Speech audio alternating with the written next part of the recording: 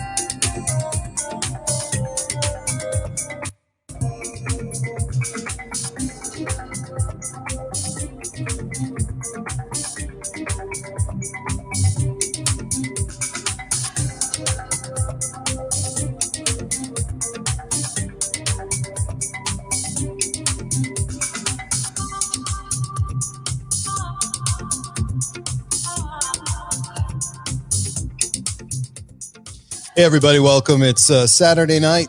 I just want to make sure I have audio. It says George. Says I do. So, been quite a week, been quite a couple of weeks. Hopefully everybody is able to stay indoors, and if you have to work, hopefully everybody's being safe. I wanted to mention one of my listeners, super nice, got some masks in the mail for my team. In addition to podcasting, I have a couple of businesses, and these are reversible. I mean, if you can see that side, it's pretty cool masks. And somebody was also printing me up some 3D masks for inserts for those. So looks like we have Chris, Billy, Joan, George, and who else? Ken right now. Apologize, had to drop off. And not sure why Facebook cut me off. I think I was actually playing The Cure, and I think that was an issue for them. So I don't usually do that, but it's Saturday, and we're all locked in. In the comments, just leave a comment. Let me know where everybody is tonight. That would be very interesting to me, and just to know. I don't want to go over the top and overboard with the whole coronavirus thing, but that's been most of our lives have been spent dealing with that for the last few weeks, and I know many of you have had the opportunity to reach out to me and let me know how things are going. And hey, Chris Barnes is here. Thanks for the comment on the Mothman. That was a lot of fun. And Chris Barnes and I, Chris is in the UK, and he works all the time, never sleeps, and gets to listen to me whenever he wants at work, and I appreciate that very much. So, hi, Jackie. You can see and hear me. I'm glad. Jackie Klebe is listening, and she's one of my good friends, and she's been on the show, and yeah, we had a great time, and it was nice to meet Jackie. Jackie has recorded more EVPs than probably anybody. And if you ever get a chance, listen to that podcast, My Alien Life podcast with Jackie Cleve. And she's kind of an amazing lady, and really appreciated the fact that she was able to get together with me and talk about that. So lots of fun. Chris Lovelady in North Carolina. They're going to be locked down on Monday. So, wow. Looks like New York City. Well, New York City is a bit locked down, but New York State and New Jersey are going to stay open, according to the president, in the last couple hours. So, yeah, I don't know what to say about that. I'm in Montana. We're locked down. As I was driving around this afternoon, we've been locked down now since midnight last night. But as I was driving around this afternoon, it looked the same. I mean, we had grocery stores open, restaurants open. Obviously, you can't go in there and sit down, but you could take out food. I had to meet somebody, and I met them at a coffee shop. The coffee shop was open. They didn't want us hanging around in there too long, but nonetheless, we took a coffee and ran. And tonight, this side, I'm going to be giving away this lava lamp. So, would love if somebody could ask me questions, and I'm going to give away this lava lamp. It's like 30 inches tall. It's huge. And yeah, so that'll be fun. And let's see, dining room in California. Emotional roller coaster. That's George. And my screen's too far away, but it looks like Shopling. And George, let me know where in California you are, because it's kind of interesting to me. And Billy Joan Carpenter Prater, where are you tonight? And a lot of people just getting on. I'm sorry. I had this scheduled and had the link all set up. And again, I had it going, and Facebook, I mean, basically without any explanation, was just gone. I'm assuming it was Facebook. I had started out on the early queue on that, like 1 minute before 9:00 my time, and was playing The Cure off YouTube. And I think I kind of ruined myself. Thanks, Mark Griffith, for sharing the video tonight. And so far, we're all over the world. Becky She's here. And Becky, I don't remember where you're from, so let me know where you're from. Please ask some questions so we can have something to talk about. Again, I don't want to spend the whole night talking about viruses, but, it was a big day for me in here in Montana. I think we're locked down for like 3 weeks. And so, what do you do? Life goes on for me. I have one of my businesses is an essential service. So, doesn't change things for me much. I still go to work 6 days a week, and thank you for listening. Billy Joan Carpenter is in Indianapolis, and man, you guys are throwing things at me quick. And Jane Burton from England. We're at in England, Jane. I would like to know. And Kenneth Spreemans, he's in North Virginia, and I see him a lot on Facebook. And thanks, Mark Griffith. Appreciate it again. George is under lockdown the 7th day, and we'll be better. And Chris Barnes, so you believe in the virus is man-made? No. Why?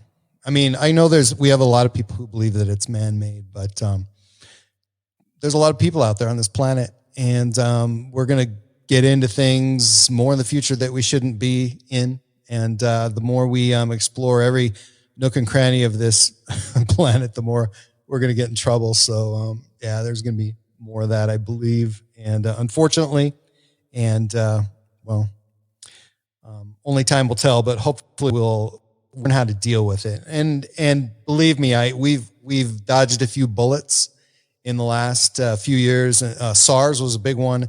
And, that was one of those things that we jumped on early, and it's not as contagious as this one, I believe. But, this one is very contagious. So just saying that, I'm no expert in this, and I don't read it read up on it a lot just because, it's too much. It's overwhelming. So, I do what I can, and I try to post some reliable information once in a while. But yeah, we'll deal with the information as it comes, and hopefully we can figure this thing out, and we can beat it. And there's no doubt it'll happen. It'll just take a little time. I know that people get a little patient, and it's hard to deal with that. In addition to all the other things that life throws at us. But we just need to be patient a little bit. The social distancing buys us a little time, and so let's do it, and let's win this one too. Shepard Baker, how are you, man? He's in Kerrville, Texas, rather. They got locked down today. It's good. You don't want that guy. You don't want that guy running around Kerrville, Texas. He's a troublemaker.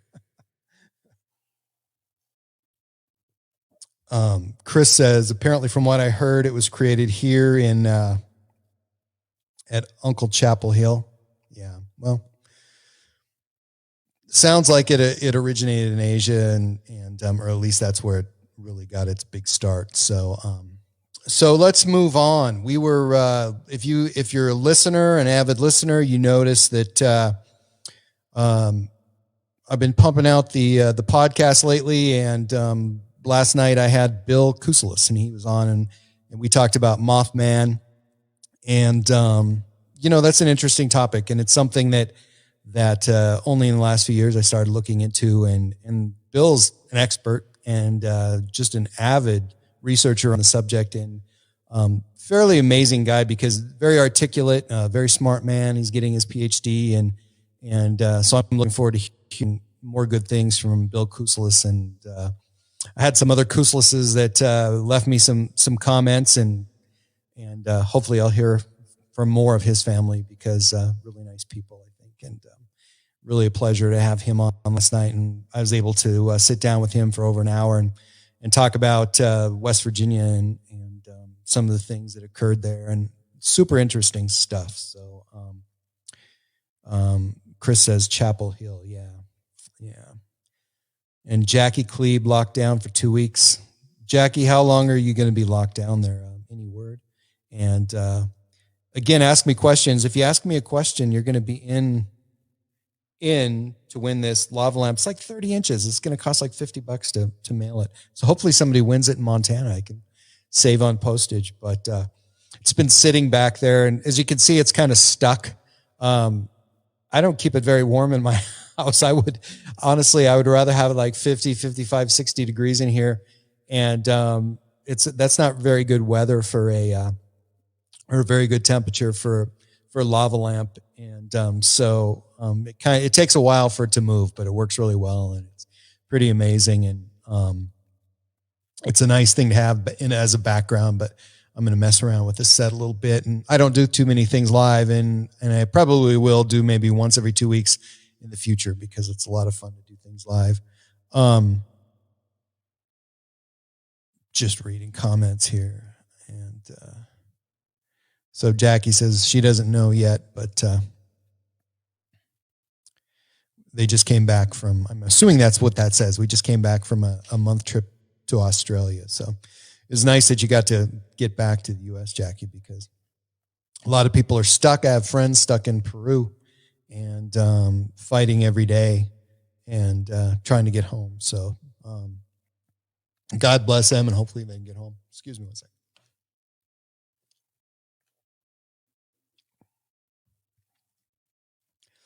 Other episodes, recently, it was nice to hear from Louis Proud. I guess it's actually Louis Proud. And we talked about sleep paralysis, and that was one of those things that I want to talk about for a long time. And the reason why is because I guess I could say that I suffered a bit as a kid. And I think I was one of those people who got over it quickly. I believe that, I had a couple of real profound sleep paralysis episodes when I was very young. And I had a feeling that they weren't, I wasn't seeing exactly what I saw.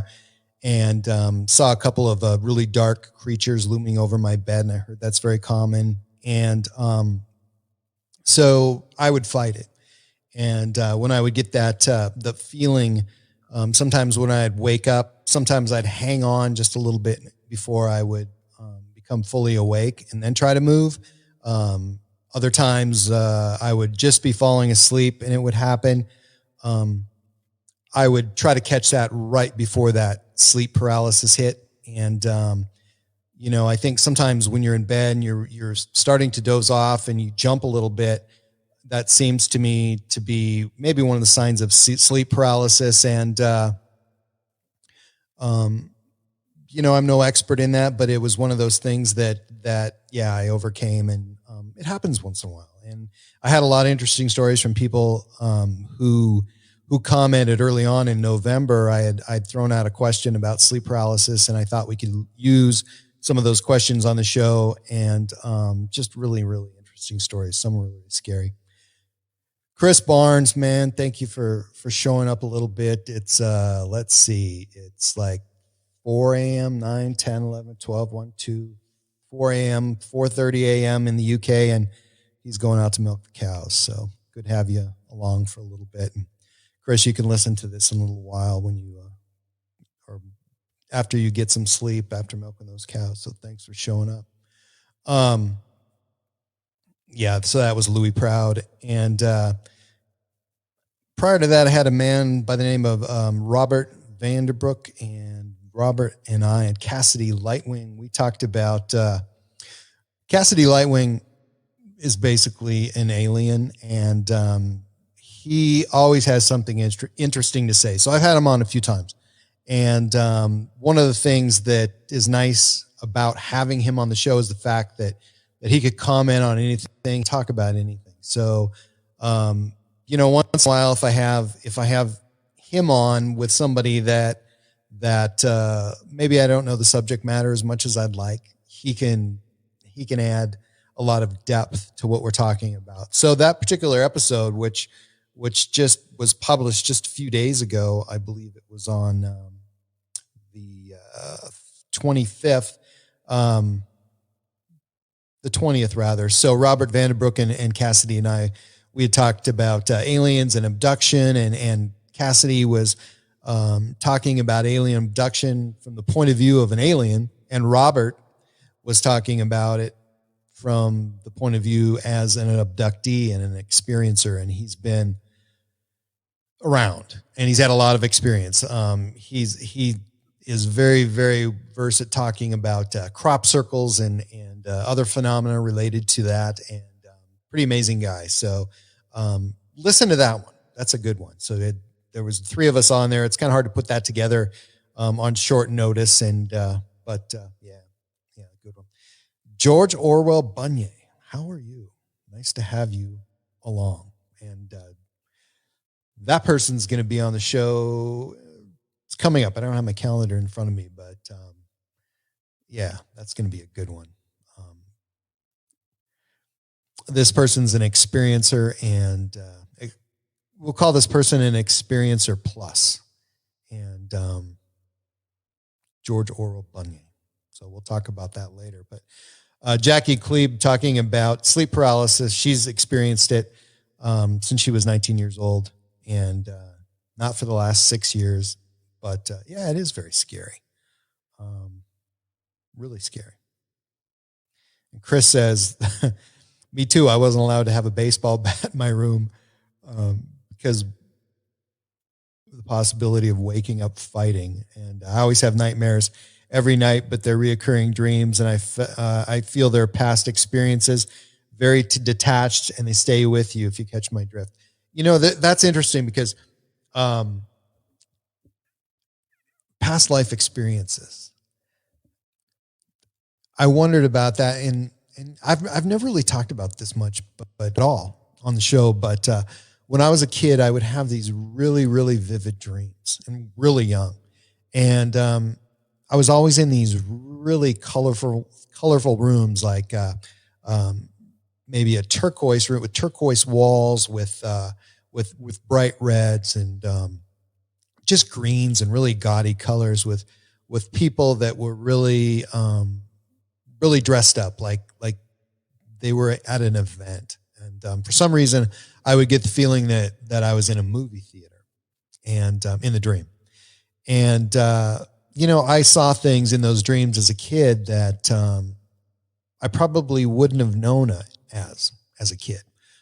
Different experiences that I've never seen or that had even seen since. But to me, if I was to describe where and what that was, a movie theater, maybe back in the 30s, maybe back in the 20s, or some kind of theater, not a movie theater, perhaps some kind of other theater. So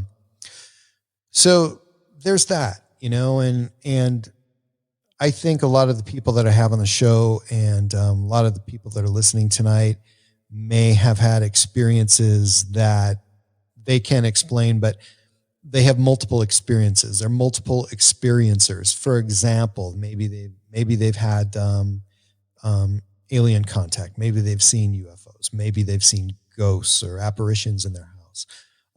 Maybe they've gone through sleep paralysis. Maybe they've had, heard voices or something like that.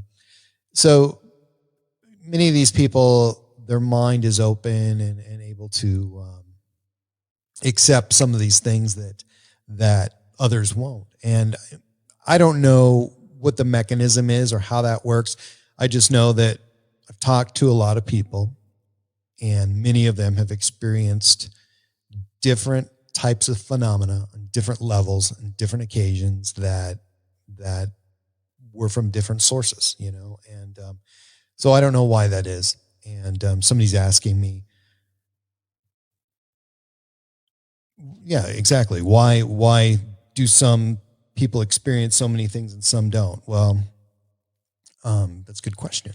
And maybe Jackie could answer that. Jackie's a person who's very perceptive, and she's been able to experience so many different things that, including spirit following her home, which is something that, years ago I wouldn't have ever even thought of.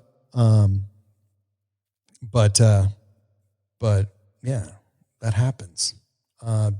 Becky, you're asking me, do you think it's connected and why? Do I think what's connected and why?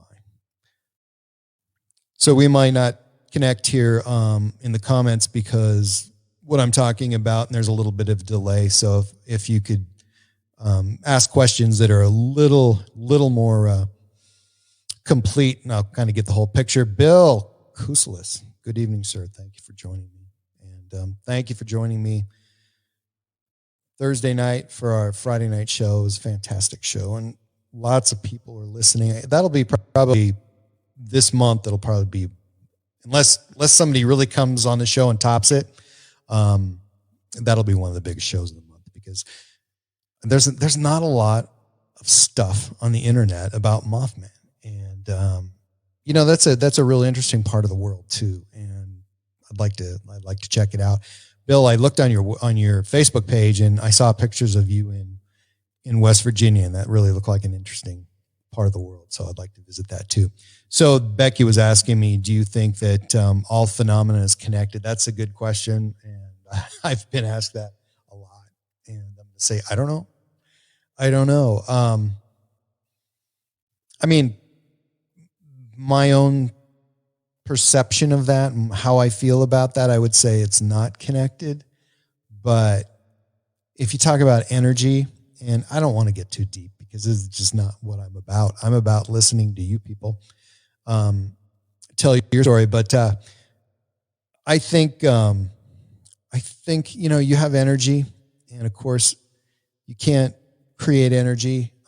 Energy transfers into different shapes and forms, and it could be related. And so, for example, if somebody passes away and their spirit energy becomes something different or goes somewhere else, there are people who combine they combine visitation from aliens and sometimes think of that as part of the spirit world. It could be. I don't know. I don't know. I don't know. Hey, Mark Griffith, how you doing, man? Thanks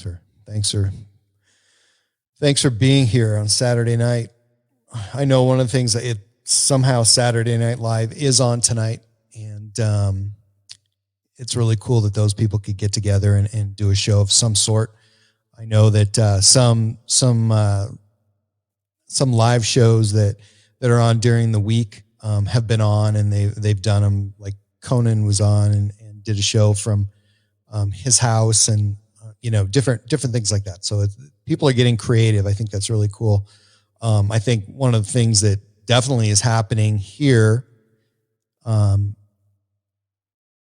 Earth, I mean, obviously Earth is appearing a bit cleaner in different places, and that's remarkable.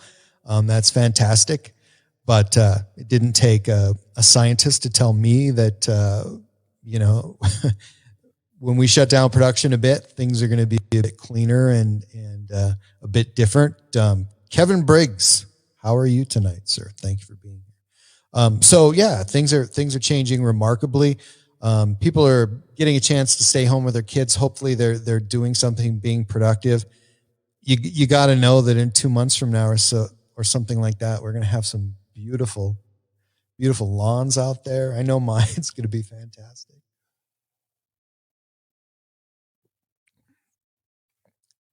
Kevin Briggs, very interesting man. Just a story about Kevin Briggs. I didn't know what to expect from Kevin Briggs, and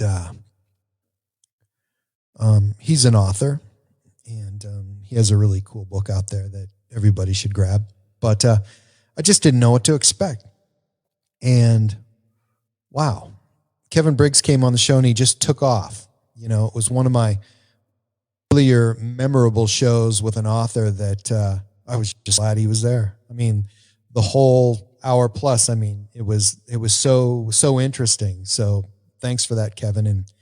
And I don't even know how many. It's really tough for me to look at statistics and how many listens different shows get, because they're all over the place. There's platforms that carry podcasts that I've never even heard of, and every country has different versions of different platforms, and they all pick it off of YouTube, or not YouTube, but iTunes or somewhere else. So we do carry shows on YouTube as well as most platforms, audio platforms. So Kevin got a bunch of listens, but he's saying something about censorship across the board.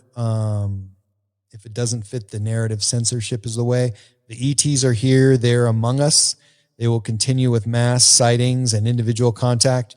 Your platform for communication and education. No wonder they keep closing you down.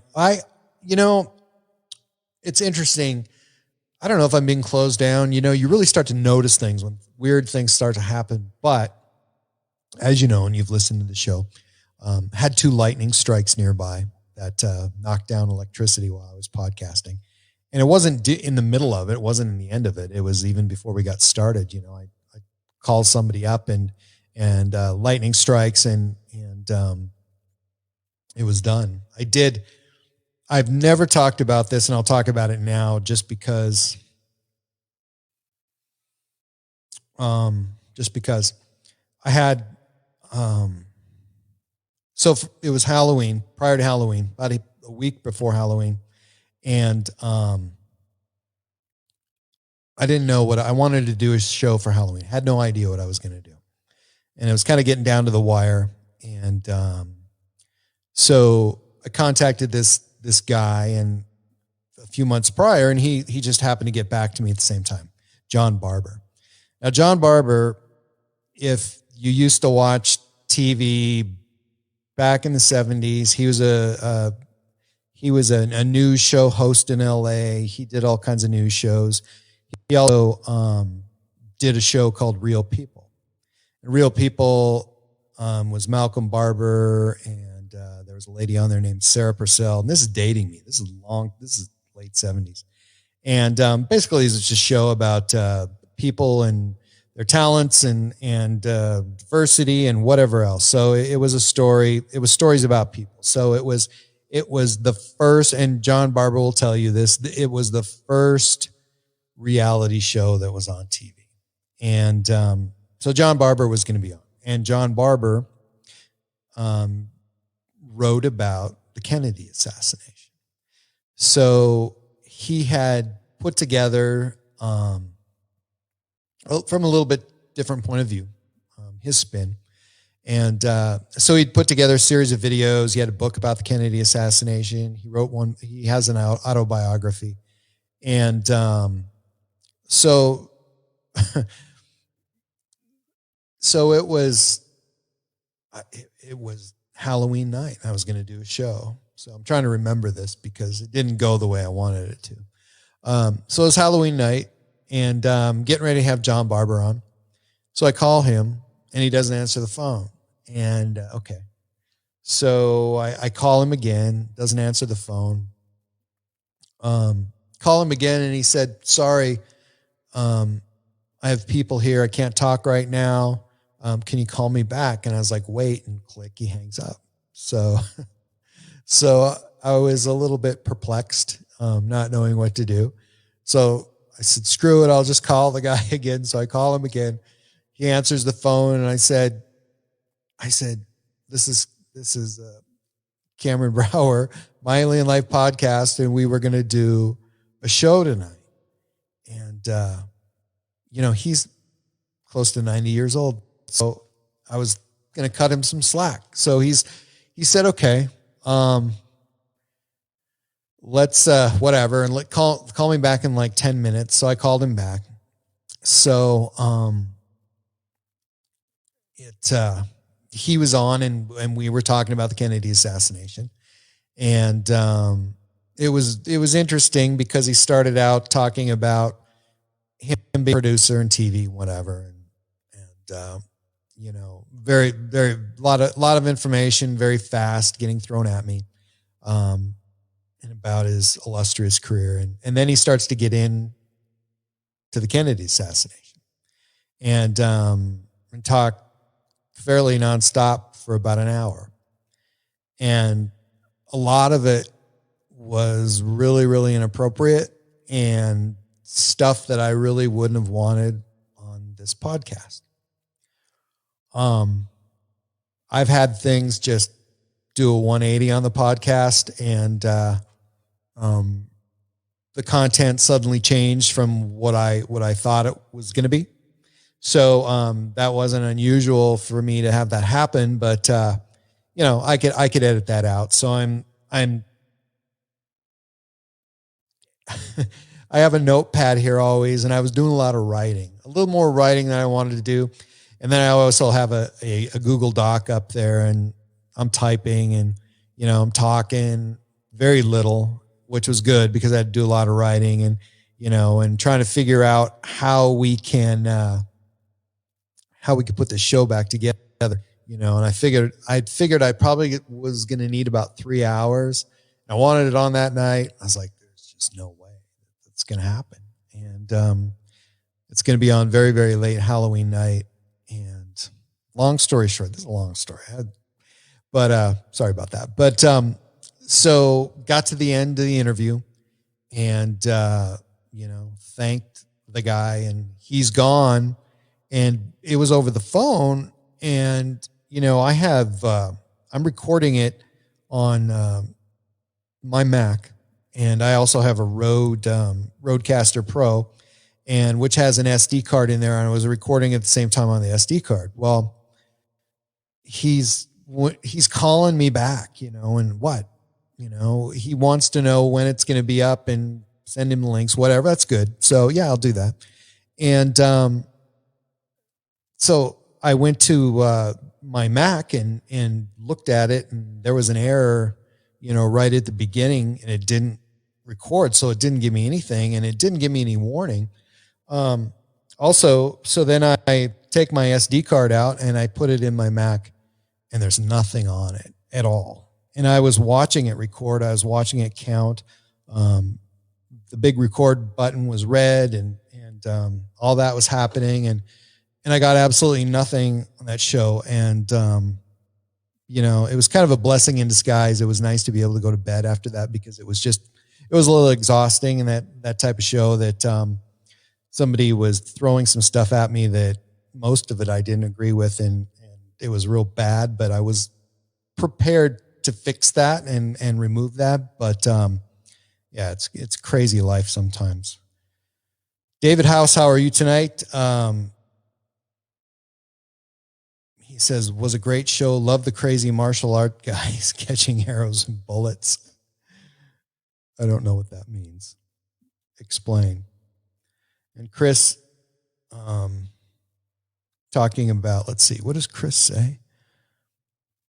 Ever since I was a child, it was this way for me, even lucid dream. Now, Cassidy says it's going into the whole of human consciousness. I could be seeing someone else's dreams or breaking the veil. He has another name for it, but I can't think of it right now. That's interesting, seeing other people's dreams. Yeah, mine, I can't even imagine seeing somebody else's dreams. That would be a shocker,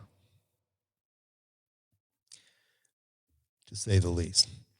Kind of stepped outside the box a bit for the genre that we put on this show, but on the 11th of this month, I loved this show, and it was basically The Secret Life of America's Greatest Art Forger. The man's name is Ken Perenni, and I love art, and I love talking about art, and that would be one of a side project maybe in the future that I will do. But Ken Perenni was pretty amazing, and he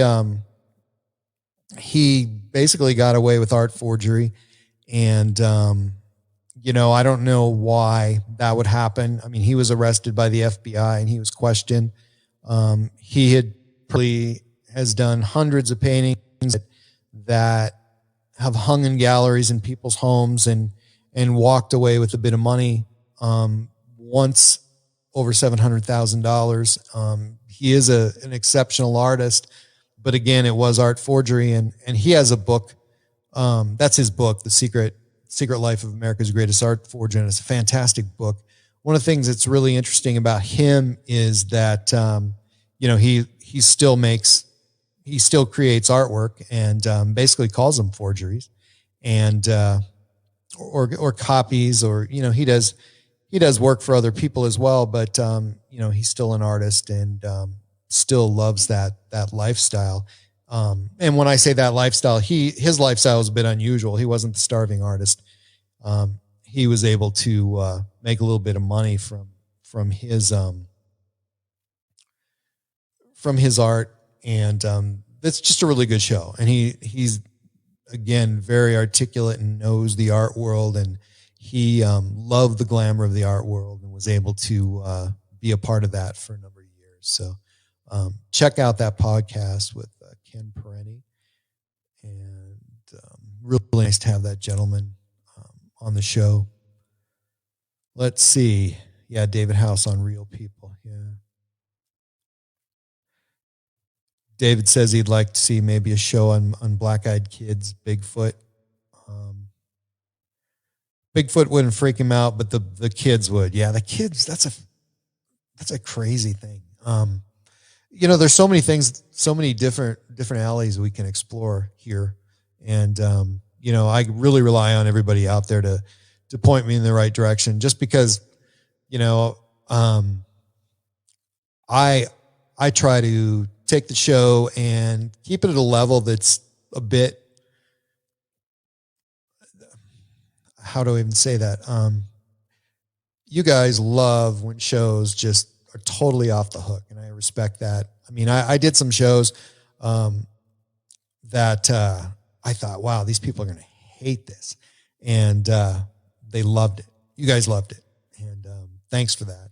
And I loved it too, but it was fun doing, but it got a little bit crazy. There's a couple shows that I had on, one in particular that I knew I was going to get criticized, and I did. And one of the comments were that somebody instant messaged me right away. I'm not going to mention the show. It's not worth that. But somebody asked me right away, like, why did you have that guy on the show? The guy was just nuts. Well, the show's not about me. It's not about, the experience per se, but I always want to find out about the person behind the experience. Yeah. Maybe there was a guy that had a lot of abduction experience, and he's been abducted and different things. But, I also want to get into a little bit about who he really is, and, what's normal for that person, and what does the normal part of their life look like, because obviously they have jobs, they go to bed, they may be married, or whatever. So let's find out about that part, just because, it's easy to sound crazy if we don't let you guys into the real world of some of these people. And it's nice to do that. And, that's why I always say the show's about the people behind the experience. Did a couple shows about, prisons, haunted Alcatraz, Eastern State Penitentiary, both places I've been. And those places are crazy. I mean, it's nuts going in those places. I've been in, different places, around the world, like the, Greyfriars Cemetery in Edinburgh, Scotland, which, wow, just the most amazing place. And yeah, they call it the most haunted cemetery in the world, but, it's just a really neat place to hang out. And I spent a lot of time there, and spent a lot of time in Alcatraz, and was able to go to Eastern State Penitentiary with almost nobody there. And I was by myself. Really good time, and, fun to be in those places. And, my guests who were able to talk about those had a lot of experience in those places. Alcatraz, I had Bob Davis on and Brian Clune, both authors, both smart dudes who know a lot about, California, Northern California, and haunted Northern California. And it was amazing meeting them. And then I had Dr. Paul Kahan, which he actually worked at Eastern State Penitentiary, spent a lot of time there. And to my surprise, I obviously I'm going to get into the haunted part of that. His was more of a historical perspective, and he's like, yeah, it's haunted. So a lot of things happened there, and a lot of things knew of and had talked to people that they couldn't explain. And, so it was fairly amazing listening to him, and a lot of fun. Mark Griffith says, Scottish Dream Tours, group tours of Scotland, Ireland, Wales, and England. Yeah, I toured all of that, and it's just amazing countries and a lot of fun. A lot of castles, a lot of strange things happen over there in all these castles, and really fun place to visit. Jackie, I've been to Eastern State and Alcatraz at yeah, I remember that. So Jackie Klebe, again, Jackie has more EVPs than anybody I've ever heard of. She should have her own show, TV. And she said at Alcatraz, they have very foul mouths. And so that the Bob Davis and Brian Clune said the same thing. And he knew of situations where they were able to talk to people who've visited there, and were able to speak with some former residents there that obviously weren't paroled or released and still remain on the island. So David House says, find a ghost whisperer. Yeah, that'd be cool. Or animal ghost whisperer. Yeah, that would be really cool. And I like that. David House says, I still say the Flat Earth podcast was one not to listen to sober. So you got to realize that we have a community here that believes wholeheartedly the earth is flat. And obviously on the other side of the coin, we have a community that believes it's not flat. So, but those different groups of people also have a lot of the same beliefs and share some common beliefs. So it's pretty interesting that takes place. Having said that, I got to tell you that that flat Earth episode was one of the most listened to episodes of that month, and I expect it to be listened to for a very, very long time now. Jackie, Chris Barnes, I thought you're milking cows. Hold on, I'll answer that question. Yeah, here's what we look at though right now. The dynamics of the whole My Alien Life podcast has changed, and for this reason is because 6 months ago I had like 60 shows. Now I have like 110, 109. So I was taking all these other great shows that everybody wanted to see, and I'd throw them back up on Facebook and promote them, which I still do. But it's part-time job now, throwing just regenerating these and putting them back on Facebook.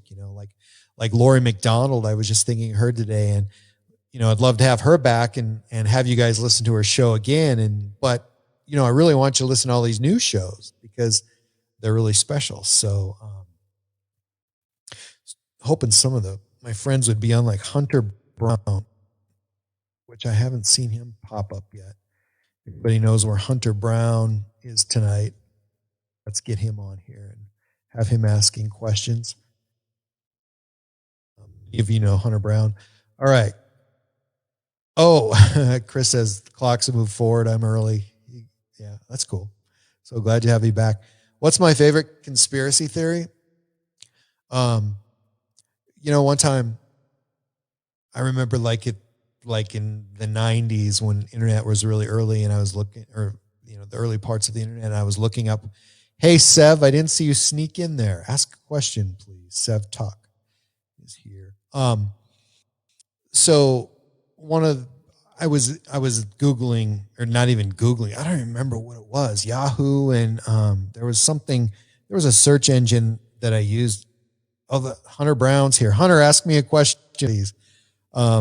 So I was looking up conspiracy theories, whatever, maybe it was Yahoo. And one of them was a lava lamp conspiracy theory. Now, it's sort of ironic. I love lava lamps. And one of the whole premise of the conspiracy is nobody knows what's inside of a lava lamp. People were trying to make lava lamps and had failed, and obviously there was some kind of wax in there and whatever. So that was the funniest conspiracy theory that I've encountered. So, I don't want to bring this up and talk about it for the next 30 minutes, but, one of my favorite conspiracies and conspirators, I guess I should say, is Rick Doty, because Rick Doty tells the best story ever, that, in my opinion. And, how could you not believe that? I mean, Rick Doty, when he's telling you about his life, he tells you about places and feelings and smells and dinner and whatever else, and like dinner at Paul Benowitz's house, and it's amazing. There's more. There's Rick Doty has been on like 4 hours. I've had more than 4 hours of Rick Doty shows, and 2 shows, and we talked a lot, and it's just it blows my mind. I love to listen to him. So that's my favorite. And, so pretty incredible. Yeah. Jackie Klebe says the guy who did Flat Earth was very intelligent and convincing. He was intelligent. I wasn't convinced, but, it was great to have him on. Pretty cool guy. And, he's a brave guy, and the way he does it, I think that, it's remarkable because, he does it in a way where he's not standoffish. You're accepting of his story and you're willing to listen. Whereas there's some flat earthers out there who they've been run out of some theaters and out of town from time to time, but it's another story, another place. So Hunter Brown, how you doing? Hunter Brown is a legend. He is in Georgia, Thomasville, Georgia. And he's saying right now, I'm going to be the new Special Olympics champion in the fall. Kingslayer rules. They shut down. They were having Special Olympics in Georgia in the end of March, end of this month. So that was canceled. So yeah, sorry, Hunter. We're looking forward to your big comeback. He's undefeated in basketball, and you can check him out. He does some really good Facebook Lives, and that's how I first discovered Hunter. And if I ever needed a smile, I would just listen to him. And at 3:00 in the morning, and Hunter would be on it, and man, he'd talk about Special Olympics. He'd talk about pro wrestling. He'd talk about anything, but I'd listen, and that he's one of my feel good Facebookers out there, especially Facebook Live. And so that was a lot of fun. And so he'd call me from time to time, and we'd chat, and just an exceptional young man who he's a hard worker, man. He goes to the YMCA every day and works out and practices basketball with his team, and just amazing dude. So Chris says, I have been to Utah outside of Salt Lake, and I've always felt weird things. I've always felt weird things in Salt Lake City, Utah. Skinwalker Ranch in Dugway area, 52 have their different energies from, they just had an earthquake there too, just west of Skinwalker Ranch. So that was interesting. Kevin Briggs says, I have questioned the flat earth believers. Perhaps in their reality, they live on a flat earth. In my reality, the earth is a sphere. Who is to say that the realities are correct? Yeah, there's perception, man. Well, not even perception. I mean, you can, there's a lot of people who do believe in alternate realities, parallel realities, and we could go on and on and on about that. It was my pleasure to have Dr. Irina Scott on, and we talked about the secrets behind the Real Project Blue Book, Wright Patterson, Roswell, and interesting lady. She's from science background, and started out in veterinary medicine and physiology, and did her postdoctoral research in Cornell. So super, super smart lady, lots and lots of experience, with research and on ET and other related phenomena, and was a member of FUN, and just a really super, super neat lady to talk to, and was so fortunate to have that opportunity to speak with her. And definitely she has probably 3 or 4 different shows inside of her, and we could have her back several times. So Sev, how are you? Glad you're here. Yeah, Kevin Briggs should be in bed, but he's a worker too. I don't know if he ever sleeps. And Sev is working on a project. Sev asked me a question. Sev, I don't know if you knew, I'm going to give away this lava lamp. I've been putting people in this Google Doc here, and I'm going to generate some sort of random thing here and figure out how to pick somebody and send that thing to them. I'm tired of looking at it. I would love it. I would love to see a picture of that in somebody's house. As you can see, I have this really eclectic taste. I have this marble bust here that on this big marble column, and some paintings and other busts in the house. And I love stuff like that. So it's fun to pick stuff up. when I can. David House. I don't want to monopolize the chattering, but he's going to do it anyway. Sorry. But I was thinking it'd be interesting to have a person who does out-of-body traveling and teach us how to do that, or a show on a remote viewer. I did do that. Lynn Buchanan. I got an unbelievable show on Lynn Buchanan. I'm trying to find it here, and I don't remember the date on that one. But oh my God, Lynn Buchanan is an incredible guy, and he was on. Excuse me 1 second while I find this. There he is. So looks like September 6th, I had Lynn Buchanan on, and he's the executive director of Problem Solutions Innovations, or PSI, which started as a small data analysis company in Washington, D.C. area in 1992. After his retirement from the military, in 95, when the government declassified the remote viewing project, information became public about Lynn's prior involvement with the project as one of the unit's remote viewers. So he was in the military and he was a remote viewer.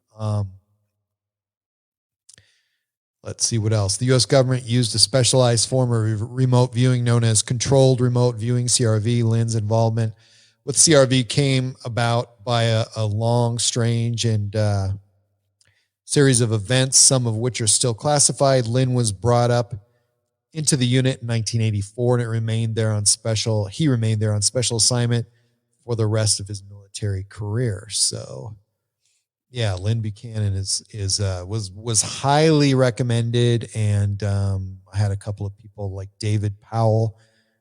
David, are you listening? David Powell, I was invited him. I was hoping he was listening. He suggested they have Lynn on, and what a great recommendation. You know, that kind of spawned some other recommendations that are still in the works, but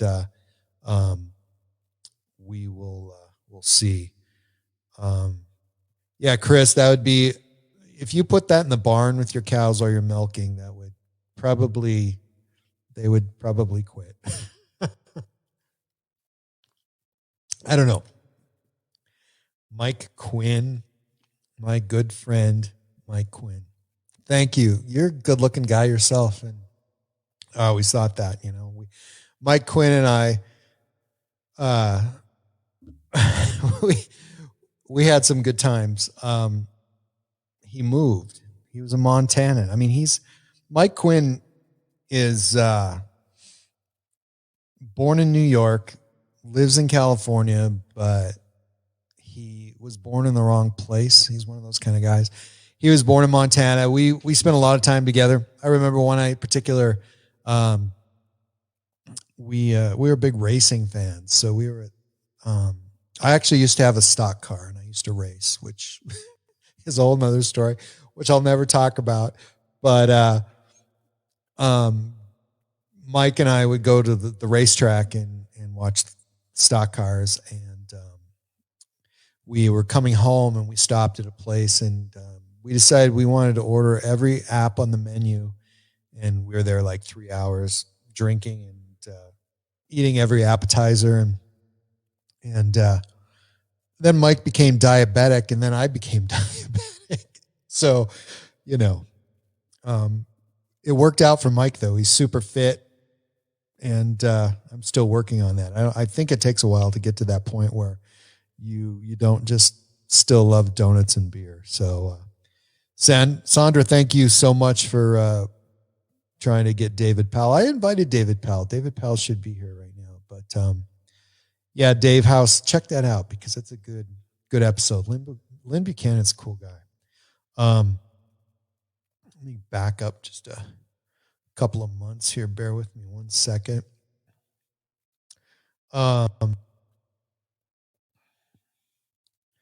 Russell Briniger, Overlords of the Singularity. That was a show.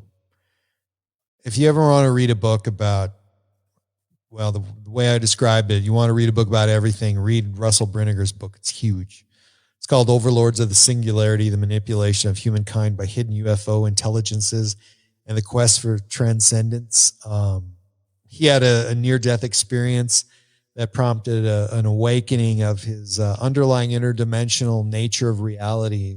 And he shares insights in the realm of the phenomenon, or the paranormal rather, ghosts, cryptids, flying saucers. So he's, somebody asked me about, do I think these things are related? He absolutely does. So if you want to hear how ghosts, cryptids, flying saucers, and UFO knots are explored, UFO lore and its societal impact are analyzed, along with the symbiotic relationship between science and the science fiction, read Russell Brinegar's Overlords of the Singularity, the manipulation of humankind by hidden UFO intelligences, and the quest for transcendence. And wow, that's a book, man. And that's a lot to say, but pretty cool dude. Really, really, really interesting guy. Chris wants a second show with the alien hunter. Yeah, that was something. I was really fortunate to get him on, and I would love to do another show.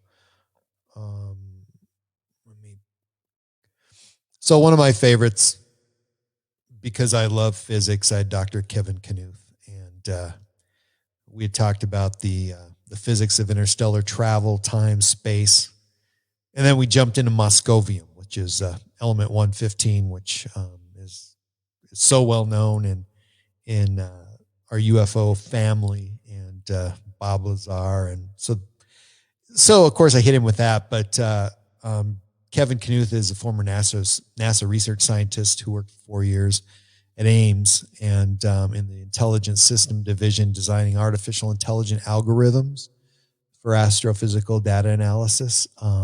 So yeah, he's a smart guy, and super cool guy. Great show, loved it, and that's one of those things that I would love to talk to him again. And another sleeper just popping out of nowhere who did an absolutely tremendous show was a Tom Whitmore, and he had talked about Majestic 12 and his research into the multi-layered mystery of MJ12. So Tom was saying that the UFO subject is a difficult one, and it's his quest for greater knowledge and understanding. He prefers to use the term rational rather than scientific, because it's hard to do real science when you don't know when or how you're going to see a UFO. And that's real true too. And now that I think about, I brought that up, one of the people that who is a expert at talking about scientific data and UFOs, my good friend William Poulin. And William has done so much research, and such a super interesting guy. And he will be back more than once, and love talking to him. He's so busy. He's so sought after. I don't even want to have him on or ask him, just because he's on 3-4 nights a week, maybe more. I don't know, but he's very sought after, very gracious to be on. Love to have him on. Can't wait to have him on again. And his research partner, Nicole, she's going to be on very soon. And she will be equally interesting, I'm sure. So, yeah. Sandra Boyd Kaminsky, how are you? I haven't heard from you in a while. She says, I have 2 close friends that are with physics degrees, and both are experiencers. And David House, thank you. I'm not sure about Bob Lazar's story either. He sounds convincing. Yeah. So, Bob Lazar. I mean, he gets talked about a lot, overdone. And Sandra says he's the real deal. I'd like to see him. I'd like to talk to him. And I'm not going to ask him the same questions everybody else asks. But there's some holes there. There's some consistency for certain in his story. But yeah, Bob Lazar is an interesting guy. Thank you, Becky. I agree. William is great. William Poulin, I hope you listen to this, because I'm thinking about you, man. And can't wait to have you back. Let's see who else. This was an interesting one, and I didn't know how it was going to go. And sometimes these shows have a life of their own, and they take off, and it seems to just go in a direction I never would have expected. And that was the story with Lawrence R. Spencer. We talked about Matilda O'Donnell McElroy and her story. Lawrence Spencer, he wrote 9 books. They ranged from the exploring facts and fantasies of universes, both physical and spiritual, including Western history, art, mythology, personal spiritual immortality, logic, and science fiction. And then he wrote the book about Matilda O'Donnell McElroy and her story, and the premise being that she sent him information. She was an Air Force nurse, Army Air Force nurse, and he received a bunch of information from her concerning the Roswell crash in 1947. And he wrote a book called Alien Interview. It's everywhere. It's interesting. It's available in 12 languages. Lots and lots of people have read it. And that interview was good from beginning to end, but it turned into something different than I didn't expect. And that was Lawrence R. Spencer, who basically said that he didn't have any real opinion about the UFO phenomenon prior to writing that book. Seemed very, very opinionated at the end. And tell me what you think. Listen to that one, because it really turned into something I didn't expect. So it was very, very, very, very interesting for me to do that show. And Hunter Brown, you are going to be on the show one of these days. We're going to come up with something. I don't want you to go out and get abducted by a UFO just so I can have a show, but you're an interesting dude. Sandra says, I've met or have seen in person a lot of guys on the circuit talk. Yeah, there's what's interesting about what I do. One of my favorite parts is finding people to be on the show. And it's totally amazing who I run into and who tells me about and gives me different guest suggestions. It's pretty amazing. And of course, another one of my favorites, for many reasons, I had John Lear, the godfather of conspiracy. I didn't think I'd ever get to have John Lear on the show. I guess if I was going to have a favorite and somebody who I really wanted to be on the show, it would have been John. There's nothing paranormal, especially when we're talking about UFOs, aircraft, Area 51, S4, you name it. There's not really anybody that can talk more about all of those things than John Lear. And anytime John Lear talks conspiracies, it's time to shut up and listen. And they call him the godfather of conspiracy. And there's a lot of reason to call him that. And incredible. We could have talked about anything. And so I really didn't know where that was going to go either. And super, super interesting show. It's been listened to tens of thousands of times. I don't know, lots. And thanks, John Lear, for being on and making everybody's lives so interesting, more interesting because they get to hear you from time to time. Who else? Going backwards. I had Marie D. Jones. I just saw Marie D. Jones posted something this week. She hit book number 30. What a prolific writer. She's written about everything. If you want to find an author who knows a lot about so many different things that we talk about on this show, look up Marie D. Jones and buy one of her books, and she'd appreciate it. Super nice guy that I had on that was just another one. I was so happy to have him on was Tom Carey, and we talked about Roswell. Tom Carey and of course Bill Poulin, they're really into Roswell and have done lots and lots of research, and they know each other very well. And so if you want to learn about Roswell, listen to Bill Poulin, William Poulin, and listen to Tom Carey if you can, or read one of Tom's books. And really excellent guest that I got to have on, and super fortunate to be able to meet him. Philip Mantle, he's an author and researcher and publisher, and he's publishing everybody. So everybody who has a book about,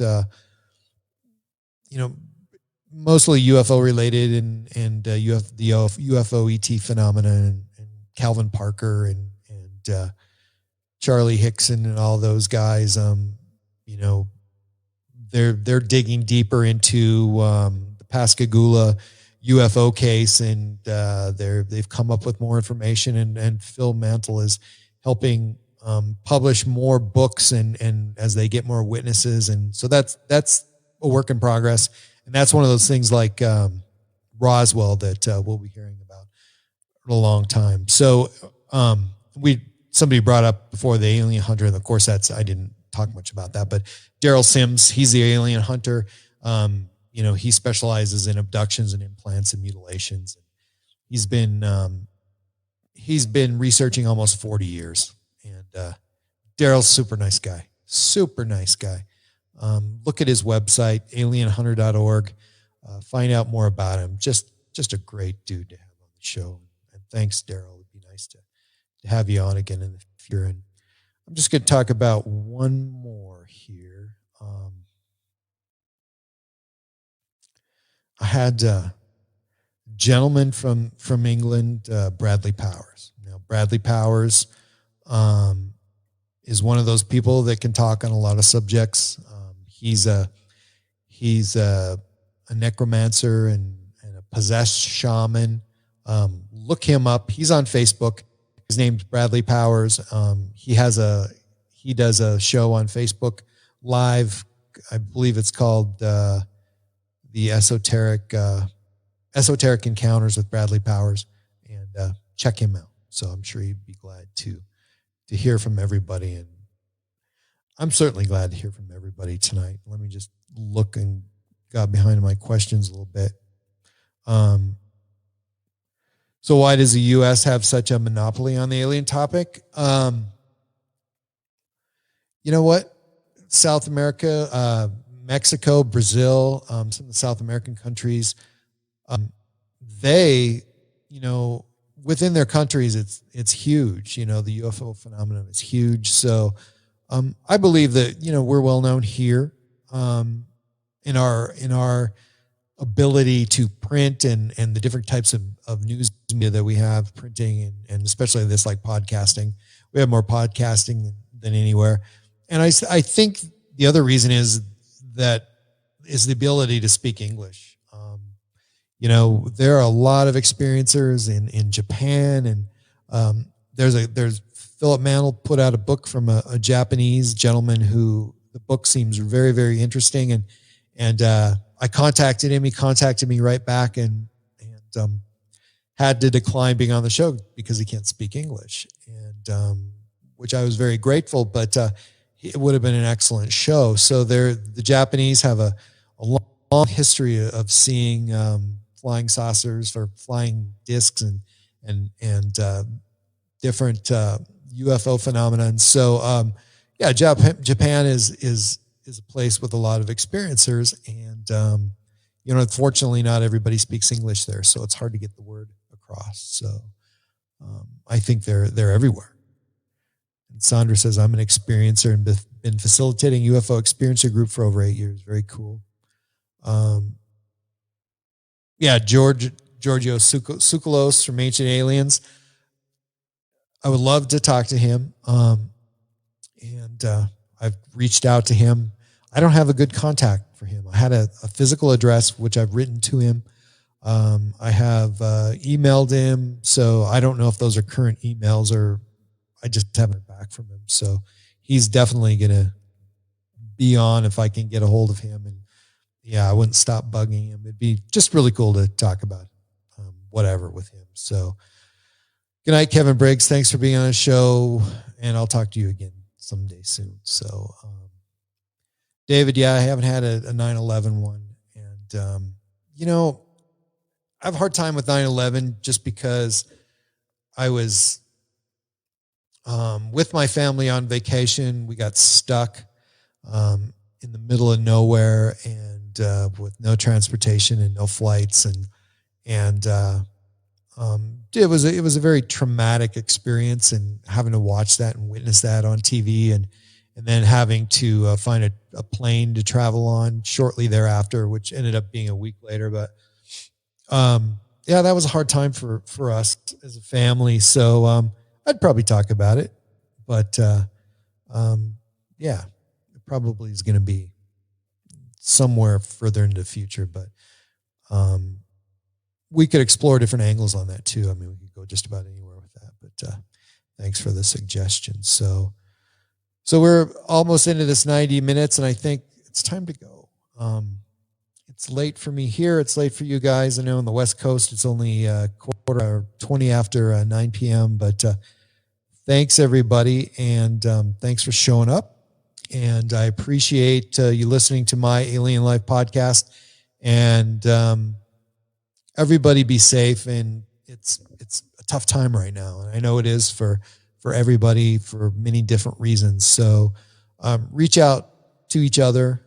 Even though we have to be separated by distance, we can still be together in one mind, in one place, via what we're doing right now, and keeping each other in our prayers and thinking about other people across the big globe, this big round ball of ours. And remember, it's happening all over. And just recently, in the last week, it really started to hit Syria, which I can't even imagine what that must be like. They've gone through so much already, and now they're starting this. Africa is expected to get hit real hard.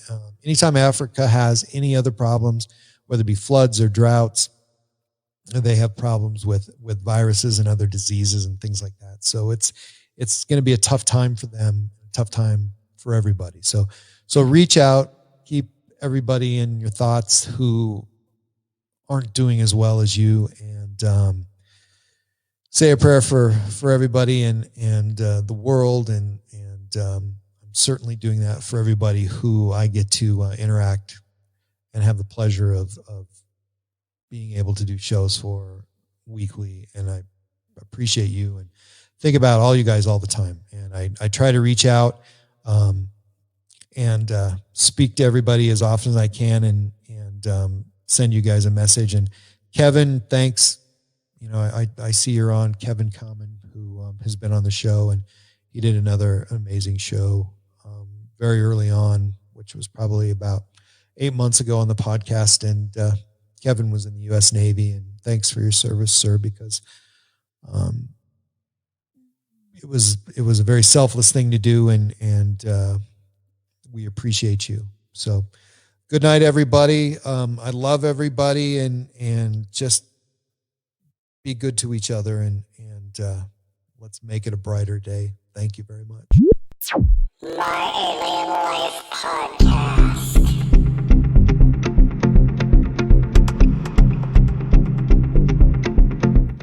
You can find my website at www.myalienlifepodcast.com, and please subscribe to my latest downloads at iTunes, Spotify, Stitcher, and at podbean.com. And please follow me and like me on Facebook and Twitter. My Alien Life is written and produced for broadcast at Studio 254 in the Northern Rocky Mountains. The music you are hearing is produced and created by Elion. You can find all Elion's work online at Heart Dance Records.